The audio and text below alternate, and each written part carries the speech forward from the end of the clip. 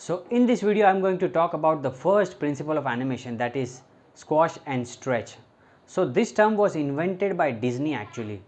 So this is a technique they used to practice while doing the traditional animation.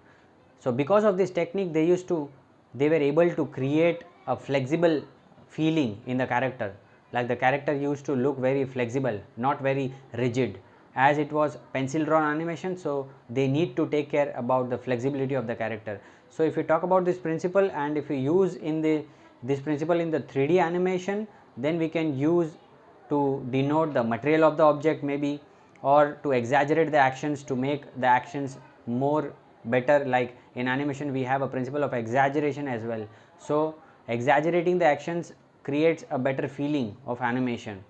So if I give an example of this squash and stretch, so generally you will see the example of a ball, of a bouncing ball for this squash and stretch.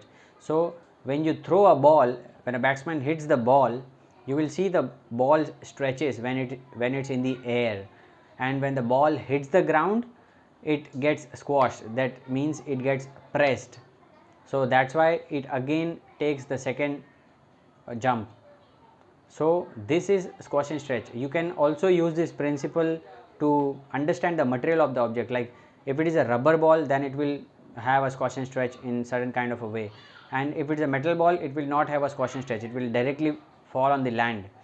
So depending on the material of the object, the animation will change, the squash and stretch limit will change. So this is what squash and stretch is. So I hope you have understood this principle relating to the real environment. In the practically also I will try to explain you in the software in my next video. So thank you for watching this video. Stay tuned, take care, and God bless.